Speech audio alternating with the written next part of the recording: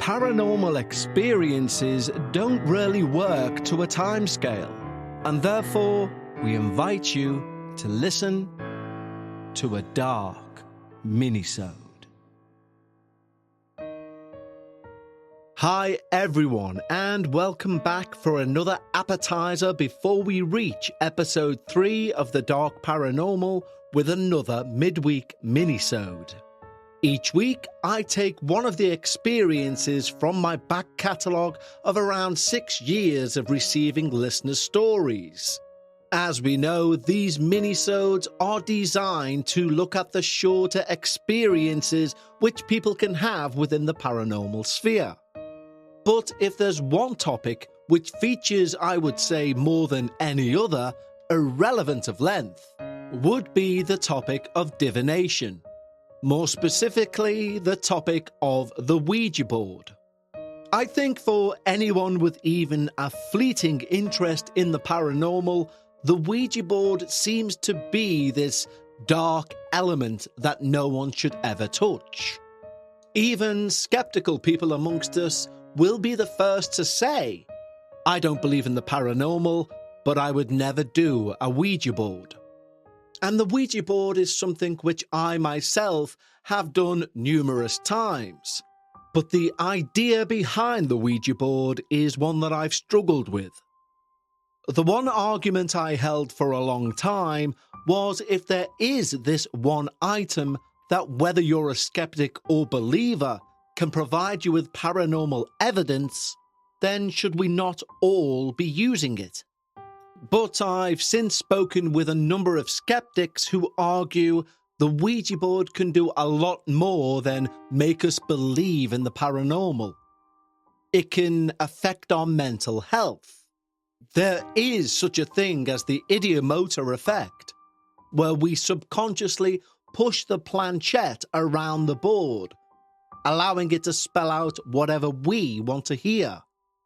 And therefore, when you get that type of reinforcement, it's easy to see why there are numerous stories and countless episodes of people becoming addicted to this type of divination.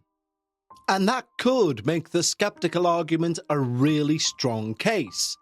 However, I still genuinely believe there are a large number of skeptics who say they will never do a Ouija board. And in truth, it has zero to do with the genuine scientific suggestion that it could affect your mental health, and is much more down to the individual's fear that it just might be real. For example, my own father is the most skeptical person I've ever known, specifically in terms of ghosts, hauntings, etc., the whole paranormal spectrum. However, literally within the last year, at a family function, it came to light that as a teenager, he done the Ouija board in a shed in his parents' house. When I confronted him about it, he was very sheepish and just said he would never do it again. He just very briefly explained that messages began to come through that were clearly from his friend's grandfather, and there were only 2 of them doing the Ouija board. It was rather evident during the conversation that he quickly wanted to change the topic, and therefore we did.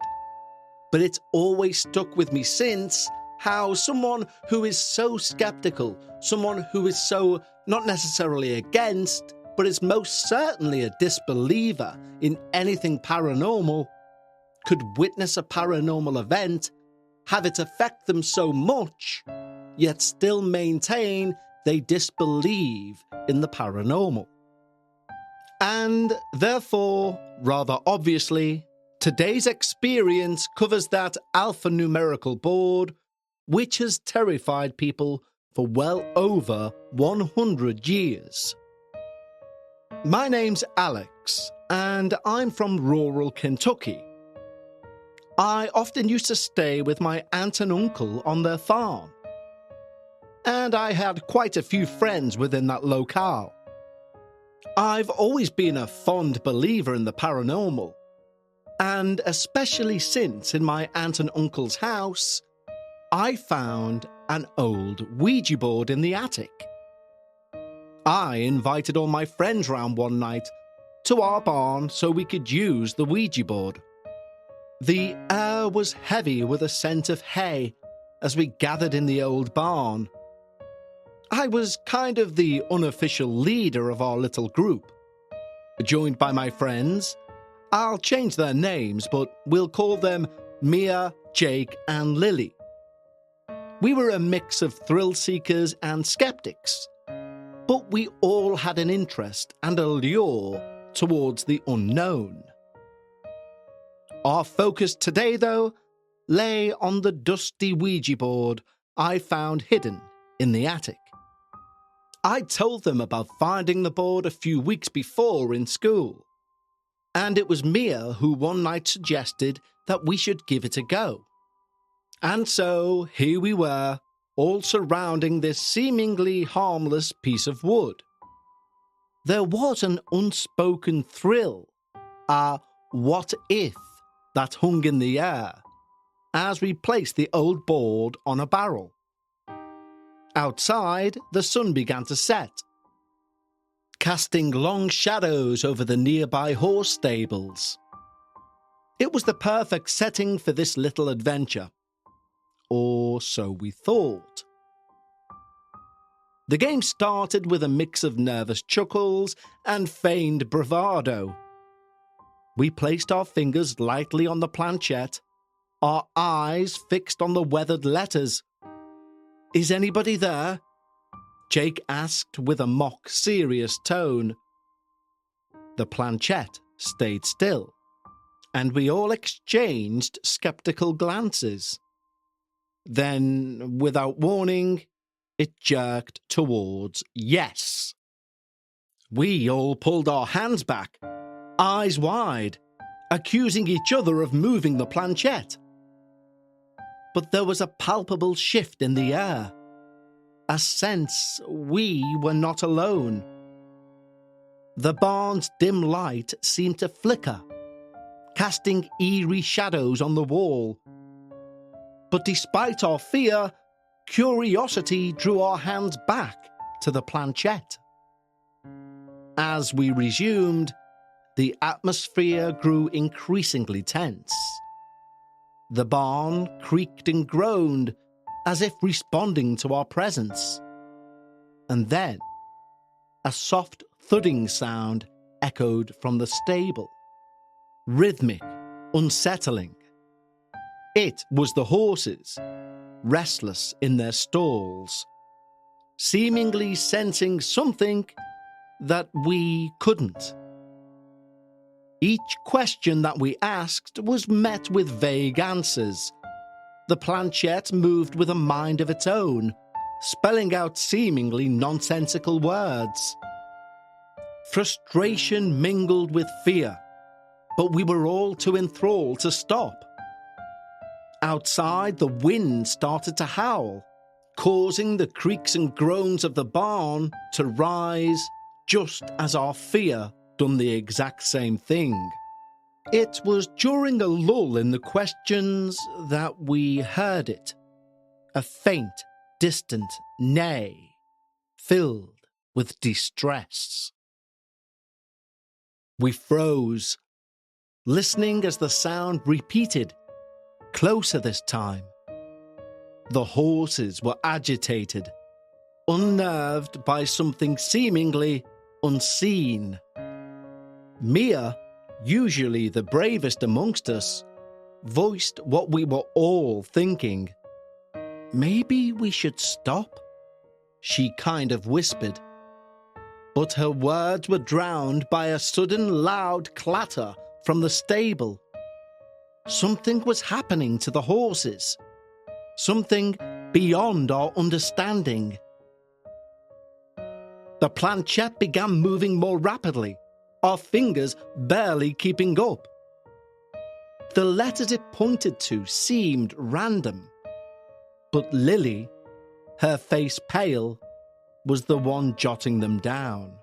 It spelt out death, she muttered, as the barn seemed charged with electricity. Then, amidst our chaotic questioning, the planchette abruptly stopped on goodbye. A chill ran down my spine. We looked at each other, unsure of what it meant.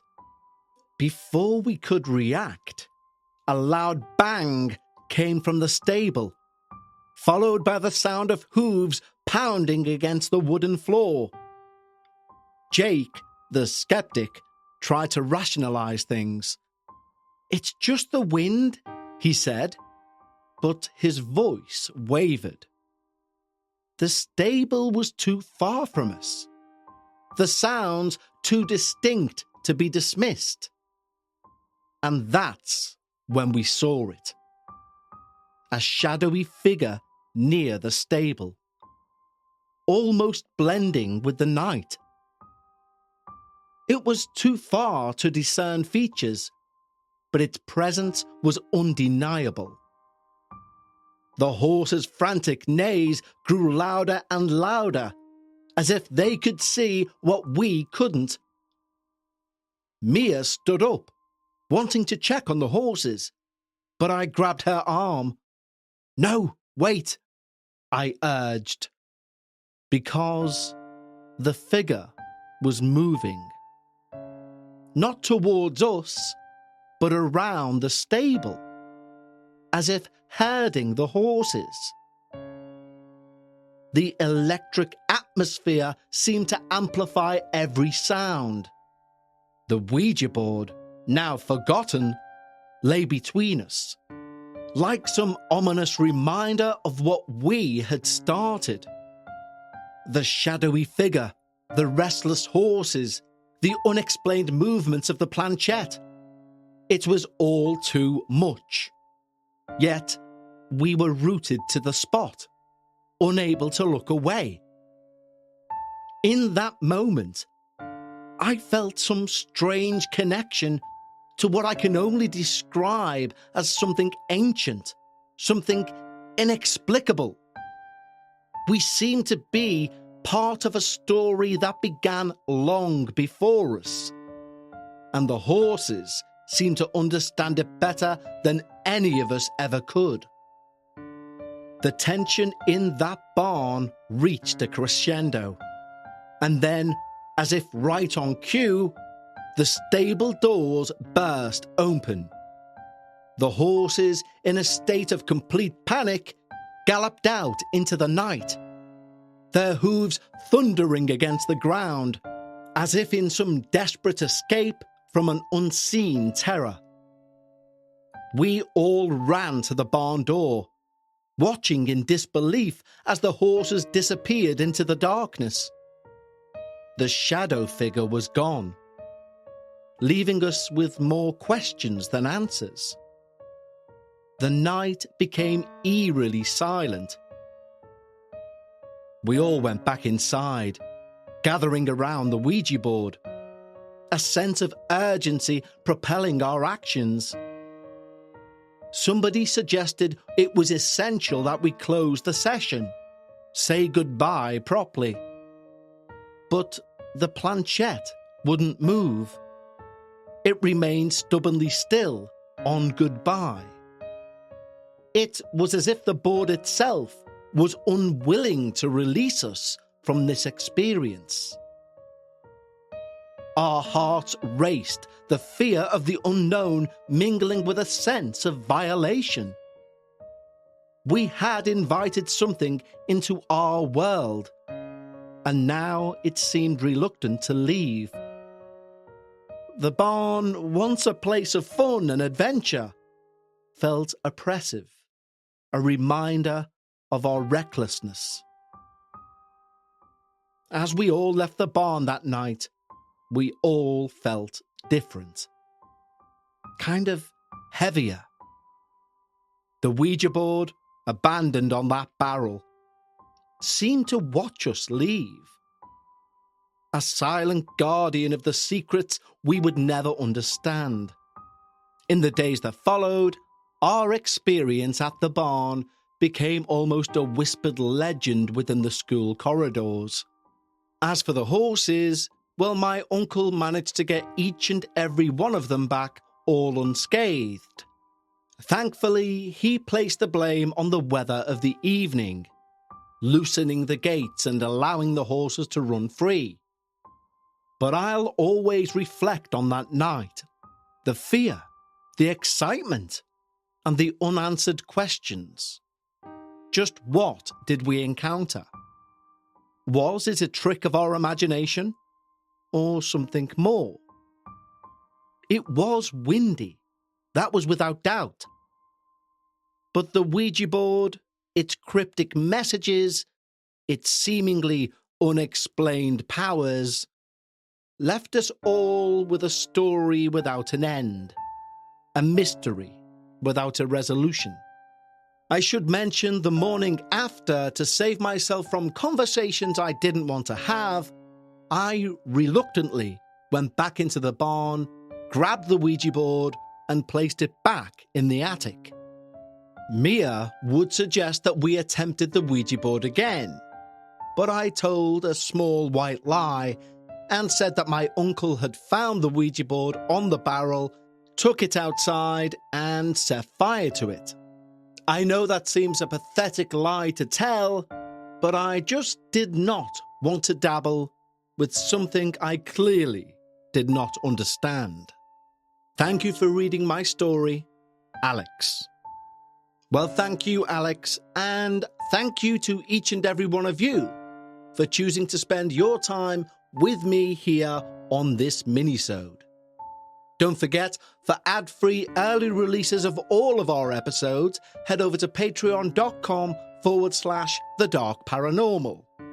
But in the meantime, I'll speak to you again on Friday for episode 3 of season 14. Until then, take care.